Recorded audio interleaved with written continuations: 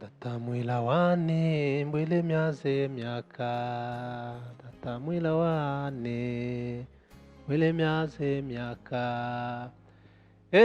Biryatugahunila bikola mukoleka, biryatugawilo na lulema bikola mukoleka.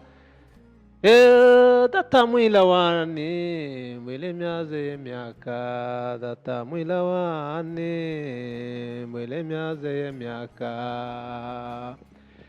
Petre de la vo sensive de l'equimi trepa siva totibenia contre de la venisike ebonia. Noko. Biryatugamwilwa bikola mukoleka, biryatugamwilwa na data bikola mukoleka. Datamwila wane bikola mu tripes a folle mandae trique la mo e civilisation de la lumière. Alléluia, alléluia, alléluia, alléluia, alléluia, alléluia. Mana ishimwe cyane. Datamwila wane mwile myaze myaka. Ndashimira abanyamakuru cyangwa se abashinzwe media kuba mwaje mu cyumba cy'amasengesho kugira ngo mufate iyi gahunda cyangwa se aya mashusho ko tuba twicaye mu cyumba cy'amasengesho dusenga, tuganira n'Imana, tubwira Imana ibintu bitandukanye, tubwira Imana ibyifuzo bitandukanye. Ndabashimiye rero kuba mwatekereje kuba mwaje kugira ngo mufate noneho iyi video ndi mu cyumba cy'amasengesho, ntari ku gatuti, nticaye cyangwa se ntari mu rusengero. Mukaba mwaje gufata kugira ngo mufate amashusho igihe mba ndi mu cyumba cy'amasengesho ndimo nsenga nganiriza Imana. Rero mu kanya mwariho mumva gakorasi, ubundi ntabwo ndi umuririmbyi, sinzi kuririmba, ariko ndaririmba rimwe na rimwe iyo ndi mu cyumba cy'amasengesho ndiho nganiriza Imana. Ko n'agakorasi twaririmbaga kera tugitangira karavuga ngo Mana nshuti yacu, tubwire amakuru y'ibihe, tubwire ibizaba, tubwire ibiri imbere, tubwire ibigiye kuzaba. Ni ukuvuga ngo amasengesho rero tuzadusenga tukabwira Imana, tukayihendahenda, tukayibwira ngo tubwire amakuru y'ibizaba, tubwire amakuru y'ibintu biri imbere, tubwire amakuru y'ubuhanuzi cyangwa se y'ibyo ubona bizaza mu myaka ya kera. Rero nk'umuhanuzi rero, nk'umukozi w'Imana, nk'umutambyi, ibi nibyo namenyereye gusenga nicaye hasi, nicaye mu cyumba cy'amasengesho, aho nabitangiye mu kwezi kwa kabiri 1989 mu kwezi kwa kabiri niho natangiye gusenga, niho natangiye kwinginga Imana. Ni muri ayo mezi, muri uwo mwaka niho nakiriye impano y'ubuhanuzi kugeza uyu munsi. Ndahanura rero umunsi ku munsi, cyangwa se ndahanura buri munsi. Imana imbwira ibizaba, nkabivuga, nkabitanga, nkabiha ba nyirabyo. Ni ukuvuga ngo tugira ibanga nk'abahanuzi, tuzatumenya kubika iby'Imana itubwiye, ibigomba kujya mu bantu cyangwa se kubwirwa abantu, akaba ari byo dutanga. Rero ubwo muje kugira ngo mukurikire iyi gahunda, ni gahunda ya deliverance, gahunda y'ubuhanuzi, kubwira abantu ibyaha byabo bagomba kwihana, kubwira abantu ibyo bagomba kwitwararika kugira ngo babashe kunezeza Imana.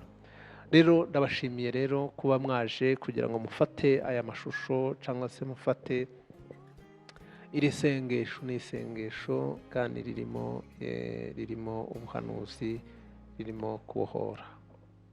Imana ibaha umugisha. Ndavuga ku bintu bikeya cyane, ndavuga ku bintu bitandatu. Ibintu bitandatu nibyo nshaka gukorera deliverance, cyangwa se nshaka kubwira abankurikira muri aka kanya. Hari ibyaha bitandatu abantu bihana, nshaka ko bihana, mbwira abantu kugira ngo bihane. Icyaha cya mbere nshaka ko abantu bihana ni ukwihana ubusambanyi. Icyaha cy'ubusambanyi kiri mu bantu batandukanye mu rubyiruko, ni ukwihana icyo cyaha cy'ubusambanyi, urubyiruko bakareka ubusambanyi. Mu bantu bakuze, abashakanye, abamama n'abapapa, nabo abakigendera muri izo ngeso, muri uwo mwuka w'ubusambanyi, nabo babireke babyihane, kuko Imana irashaka ko icyo cyaha abantu bacihana bakakireka, bakakivamo, bakabireka, kuko ni umwuka mubi, ni umwuka wa Satani abantu bagomba kwihana. Icyaha cya kabiri abantu bagomba kwihana, nifuje kuganiriza abantu, kubwira abantu, ni icyaha cy'uburozi. Uburozi, abantu bararoga. Kuroga ni ukwangiza, cyangwa se ni abantu bakorana n'imyuka mibi, bafite imiti batega abantu, babikorera ahantu hatandukanye. Abaroga baroga, bashyira mu biryo, bashyira aho abantu banyura, bashyira mu mamodoka, bashyira mu bintu bitandukanye, ahantu hahurira abantu. Abarozi baroga mu makwe, baroga mu biriyo, baroga abantu babyaye, baroga ahantu hatandukanye, baroga abantu mu buryo butandukanye. Abo bantu rero baroga bagomba gukizwa, turabasabira gukizwa, turabasabira kureka icyaha cyo kuroga, bakareka kwica.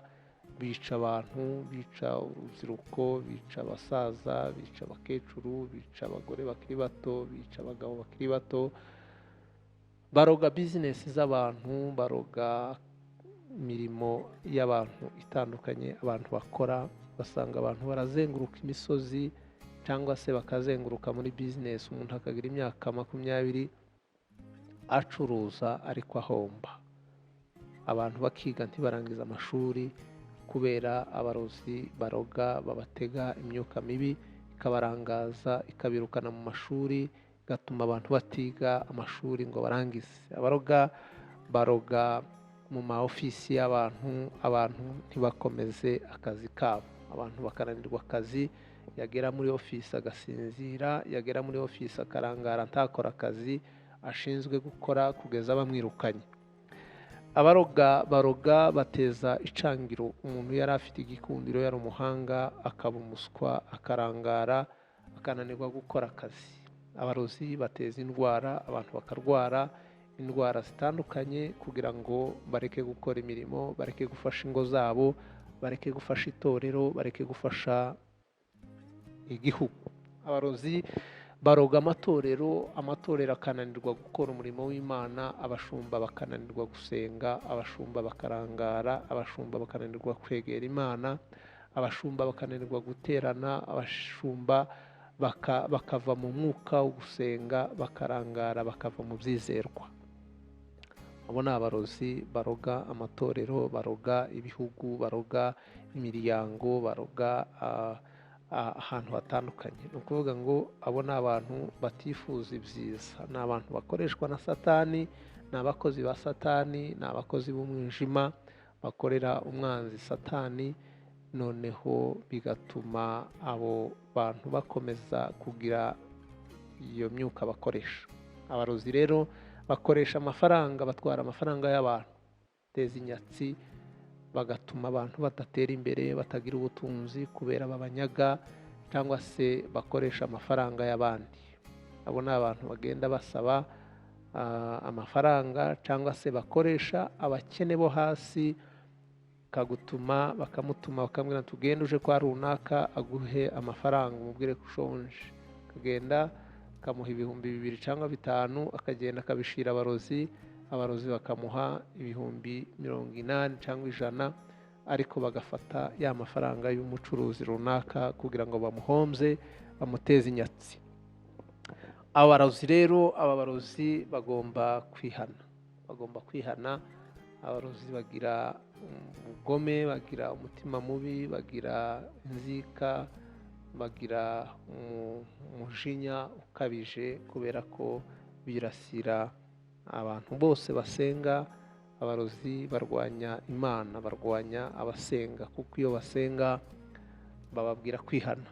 Iyo tuvuze kwihana rero kw'abarozi bararakara. Ndabizi ko n'ubu ngubu mbivuze gutya barahita barakara bavuga ariko kubera iki avuga icyaha cy'uburozi, ababa bashaka ngo baroge ariko bareke kugaragara, bireke kuvugwa, ariko icyaha cy'uburozi kirahari kandi abantu bararoga ari benshi, kandi igitangaje ni uko baroga bakaba no mu nzu y'Imana, bakaba bari mu rusengero kandi bagakomeza kuramya ibi bigirwamana bakaroga.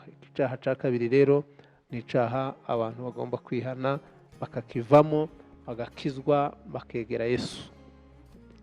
Icyaha cya gatatu ni ukwihana kurenganya.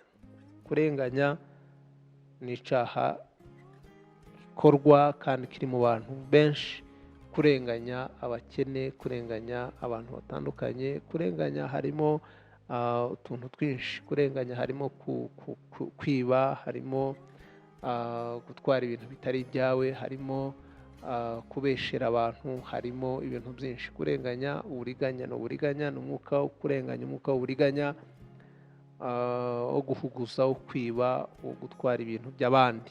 Umwuka cyangwa se icyaha cyo kurenganya ni ukukireka abantu bakakivamo. Icyaha cya kane ni ukwihana ubujura, kwiba, kumena inzu, kumena ibipango, kwiba ukoresheje ikoranabuhanga, kwiba ukoresheje gushukana, kwiba ukoresheje, hari uburyo bwinshi bwo kwiba. Abantu barashuka abandi bakabatwara ibintu byabo, abantu barashukana bakakubwira ko ikintu ari cyiza kandi gihenze, kandi kidahenze atari na cyiza, bakabakwibza amafaranga. Ni ukuvuga ngo ni ubujura burimo uburiganya, burimo uburyo butandukanye. Icyaha cya gatanu ni ukwihana icyaha cyo guharika Imana.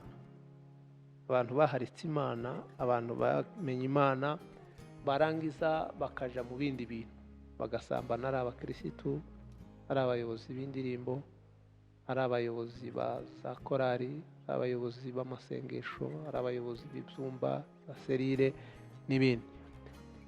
Abantu bagakora ibyaha kandi barangiza bakaba no mu murimo w'Imana, bakagira amatitre atandukanye kandi bari mu byaha. Guharika Imana, Imana irashaka ko abantu bava mu byaha rero bakareka guharika cyangwa se kuvanga Imana n'ibindi bintu. Icyaha cya gatandatu ni ubusinzi.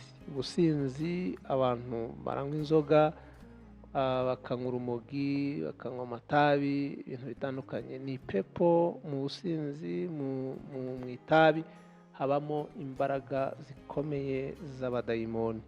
Babarozi twavugaga, abantu benshi babarogeye mu nzoga, abandi babarogera mu rumogi, mu itabi n'ahandi. Hari igihe abarozi baroga abantu barimo basangira inzoga, bakabashirira mu birahuri imiti, iyo miti ikabarahura, ikabatwara umutima, ikabatwara ubwenge, baza bakora amafaranga bayakorera, bakaruhuka bageze mu kabari, bakaruhuka bageze mu nzoga. Ugasanga umuntu akoze imyaka 30 ariko ni umukene, ugasanga umuntu akoze imyaka 10 ariko ni umukene, nta sevinga, ntashobora kubika, ntashobora guhahira urugo, kubera ko umutungo we uja mu biyobyabwenge, mu nzoga, mu businzi. Ni imyuka rero mibi kandi ni imyuka ikomeye. Ndasaba ko abantu bihana. Urumogi, urubyiruko rusenge, rushaka Imana, barwanye urumogi, bareke urumogi, bareke itabi, bareke inzoga, kuko ni pepo, ni imyuka mibi, imbaraga z'umwanzi, imbaraga za Satani zikorera mu bantu kandi zirimo zisenya abantu, zigasenya imiryango. Usanga ababyeyi benshi bafite ibibazo bikomeye. Abana barahaguruka mu gihugu bakaja kwiga mu kindi gihugu, bagerayo bakaba abanywi b'inzoga, bakaba abanywi b'urumogi, bagatakaza imyaka myinshi. Tuzi ko bagiye kwiga ariko bari mu nzoga, bibereye mu rumogi, bibereye mu busambanyi, bakarangazwa n'ibigezweho kandi bitari by'umugisha.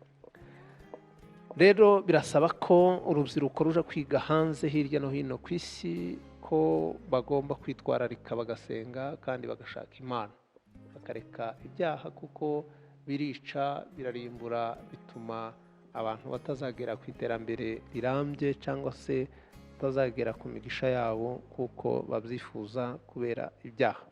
Ibi byaha rero mvuze ko ari bitandatu, hari n'ibindi byaha byinshi ariko kubera iminota tuba dukoresha bari mikeya nyine mu cyumba cy'amasengesho, ibi bintu ko ari bitandatu nibyo nshaka ko dusenga Imana igafasha ababinywa ababirimo bakihana.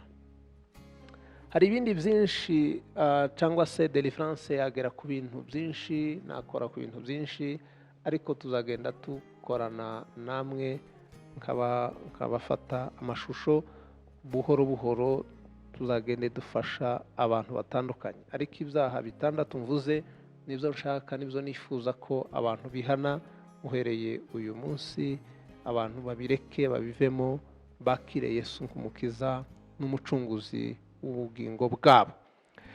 Tite la vosije bangaratima akosovoba. Imana ibishaka ko abantu bahinduka bakaba ibyaremwe bisha, bagakizwa, bagasenga, bagashaka Imana. Iyo abantu bakiri muri ibi byaha bayoborwa n'imbaraga z'abadayimoni, ubundi hari igihe abantu bibaza ngo ese abadayimoni bakora gute?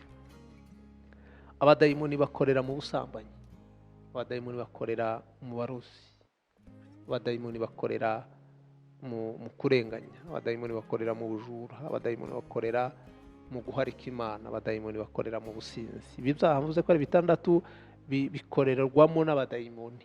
Abadayimoni bakorera aho hantu, abadayimoni baza bakorana n'abo bantu kandi bagasenya. Abantu bakiriye umwuka w'ubuyobe barwanya Imana, barwanya abasenga, barwanya abana b'Imana, bakavuga ngo abasenga barakabya. Reka mbagarure, ntabwo abasenga bakabya, kandi ntabwo abavuga ukuri baba bavuga ibitari byo. Ahubwo icyo tugomba gukora, mureke turwanye icyaha, turwanye Satani, duhagurukire kurwanya Satani. Abantu baravuga ngo abasenga baravuga ibyaha, baravuga kwihana, barabangamira abantu. Icyaha ni icyaha, icyaha ni kibi, n'ubuyobozi n'amategeko asanzwe ahana abakoze ibyo byaha. Abakoze ibyaha barahanwa. Rero niyo mpamvu tugomba gusenga no gushaka Imana kugira ngo Imana itabare. Ndakangurira abasenga kuza bicara mu cyumba cy'amasengesho bagasenga, bagasengera abantu batandukanye, bagasengera abapagani, bagasengera abafite ibyaha bitandukanye kugira ngo bakizwe bihane. Ikindi ndasabira abashumba nabo gukomeza kubishiramo imbaraga, mukunde ibyumba by'amasengesho, mukunde gusenga, mukunde kurara imbere y'Imana, mukunde kwiyiriza, mukangurira abakirisitu muyobora gusenga no gusoma ijambo ry'Imana no kwitoza kwegera Imana no guca bugufi kugira ngo tuzamure icubahiro cy'Imana. Rero muri aya masaha, muri uyu mwanya, nsengere aba bantu, nsengere abafite ibi byaha kugira ngo babivemo. Ushobora kuba uri umudamu ufite umugabo wawe ariko uri umusambanyi, ugomba kwihana icyaha cy'ubusambanyi ugahita ukireka. Ushobora kuba uri umugabo ufite umugore wawe ariko ufite izindi nshoreke cyangwa se abandi bantu mukorana ibyaha by'ubusambanyi, bireke bivemo, wihane, ushaka Imana, ube mu rugo rwawe, ugire urugo rwawe urwubahe, ruha agaciro. Iki kintu cyose ukora, ushobora kuba ufite ibirozi wahawe n'ababyeyi bawe, ushobora kuba ari mama wawe wabiguhaye, ushobora kuba ari papa wabiguhaye, ushobora kuba warabihawe na so wanyu, ushobora kuba warabihawe n'umuvandimwe wanyu n'inshuti y'umuryango. Ibyo baguhaye, ayo mavuta wisiga, ibyo urya, ibyo wambara, ibyo ushyira mu mufuka ukagendana, ibyo bintu ubika ushyira mu mufuka, ibyo bintu ushyira mu gakapo, ibyo bintu uryama hejuru, ibyo bintu ushyira mu modoka, ibyo bintu ushyira mu myenda wambaye, ibyo bintu byose by'ibirozi bireke, bikureho. Ndabizi ko hari abantu benshi baroga abayobozi babo, bashefu babo, bagenda bagafata imiti bakabatega mu ma ofisi kugira ngo babatware umutima, babatware ibitekerezo kugira ngo bazaramire mu kazi, ariko baroga ababayobora. mureke kuroga ababayobora, mureke kubaha ibyayi biri mu burozi, mureke kubaha amata ari mu burozi, mureke kubaha amazi ari mu burozi. Nimubareke, mwihane, mushake Imana. Imana niha abantu akazi, Imana niha abantu kuba mu kazi, bakaba mu kazi bameze neza. Rero ni byiza ko abantu bashaka Imana, ni byiza ko abantu bihana bakamenya Imana kandi bagakunda Imana. Abaroga abashefu babo nibihane, abaroga ababayobora nibihane, abaroga abapastori bo baragowe kuko barabaroga, bakabarogera mu maofisi, bakabarogera mu mazi yo kunywa, bakabarogera mu mazi yo koga, bakabarogera mu byo kurya byayi banywa. Abapastori abenshi niho bakura ibibazo n'ibirwara bitandukanye.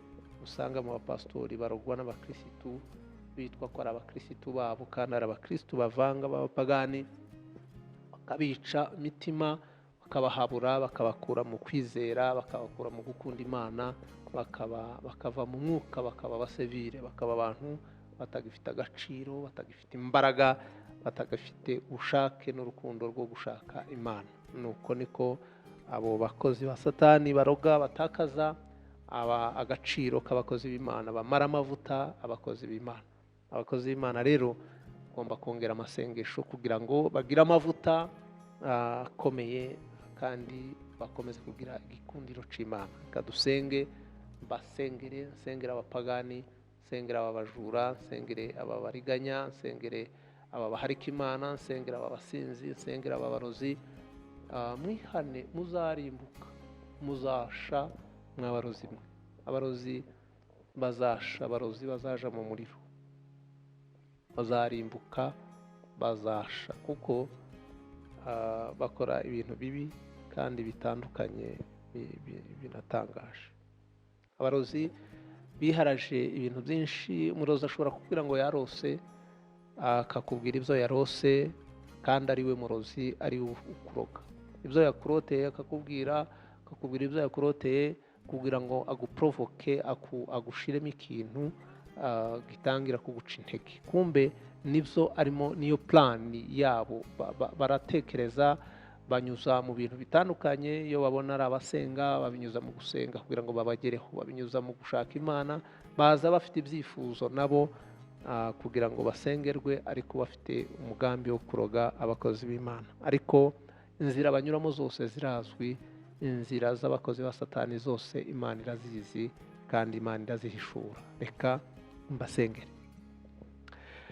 Mu izina rya Yesu Kristo umwami, icubahiro no gukomera ni ibyawe kuko uri rurema waremye ijuru n'isi. Ndakwereka abantu bafite ibyaha, kwereka abantu bari mu isi y'umwijima, abantu bakorera Satani, abantu bari muri ibi byaha mvuze, bihane, babivemo, bihane, bakizwe, bihane, bashaka Imana, bihane, bamenye ko ibyo bakora barahisha abantu, ariko Imana irabizi. Aba bantu bakora ibi byaha bahisha abantu, bahisha ababyeyi babo, bagahisha abavandimwe, bagahisha abapastori, bagahisha ababishopu, bagahisha abaturanyi, ariko ibyo bakora Imana irabizi. Nagira ngo mbabwire bana b'abantu, mw'abantu mwe, Imana irabazi kandi Imana irababona. Mutinye Imana kuruta gutinya abantu, mutinye Imana kuruta gutinya abavandimwe. Murahisha abantu ariko ntimuhisha Imana, kandi Imana niyo ishira ku mugaragaro ibyo mukora. Mwihane rero, musenge, mushaka Imana, asigaye muzabona ijuru, muzabona ubugingo buhoraho. Banda la ridevase la motiria agonia, banda la riservotike boni la treze la voteria, panze la vitike egomestan feyi. Abantu baribaza ngo ese kubera iki ibyorezo n'ibindi biza bizanywe n'ibi byaha, bizanywe nuko abantu bakoze ibyaha. Abantu baragenda bagakora ibyaha, bakavanga, Imana ikarakara, Imana ikohereza inkoni, Imana ikohereza umunyafu kubera ibyaha byagwiriye, ibyaha byabaye byinshi. Niyo mpamvu rero ugomba kureka ibyaha, ugomba kureka ibi bintu kugira ngo isi igire amahoro, kugira ngo abantu bagire amahoro, kugira ngo igihugu bigire amahoro, kugira ngo amatorero agire amahoro, kubera ko abantu bihanye ibyaha. ndagusabye mwami kugira ngo ukore ku mitima y'abantu batandukanye bari hirya no hino, ubahe guhinduka. Reka mbasabe mwebwe mukurikiye mushaka kwihana ibi byaha, reka dufatanye iri sengesho ryo kwatura kugira ngo mbasengere. Musubiremo iri sengesho, mutekereze ibyaha bitandatu mvuze. Ushobora kuba ufitemo kimwe, ushobora kuba ufitemo bibiri, ushobora kuba ufitemo ibyaha bitatu, ushobora no kuba ubifite byose. Subiramo iri sengesho ryo kwatura, vuga ngo mwami Yesu, nje imbere yawe ngusaba imbabazi, nje imbere yawe nsaba ngo umbabarire mwami, nciye bugufi kugira ngo ushirwe hejuru data, umbabarire ibyaha byose nkora, byo nakoze n'ibyo ndimo nkora uyu munsi. Izina ryanjye urikure mu gitabo cyo kurimbuka, uryandike mu gitabo cy'ubugingo. Urakoze kumbabariye kandi urakoze kumpaye amahoro mwami.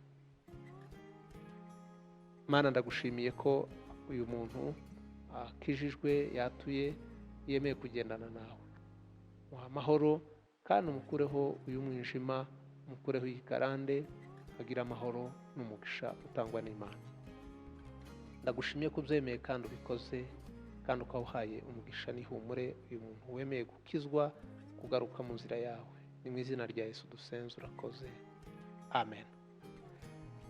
Reka sengere abafite ibindi byifuzo, reka nkora ama etaje cyangwa se sengera abantu bafite ibindi bibazo bitandukanye, nibura abandi bantu bake gusa. Reka mvuge ibindi bike kuko umwanya w'umucumba ntabwo ugomba kuba muremure cyane, ariko reka mvuge abantu bafite ibibazo bitandukanye, abantu bafite amaganya, muhora murira, mwinjira mu cyumba mukarira, mwaba muri mwenyine muri saro mukarira, mufite agahinda ko ku mutima, nagira ngo muhumure kandi gutabarwa n'Imana kuraje.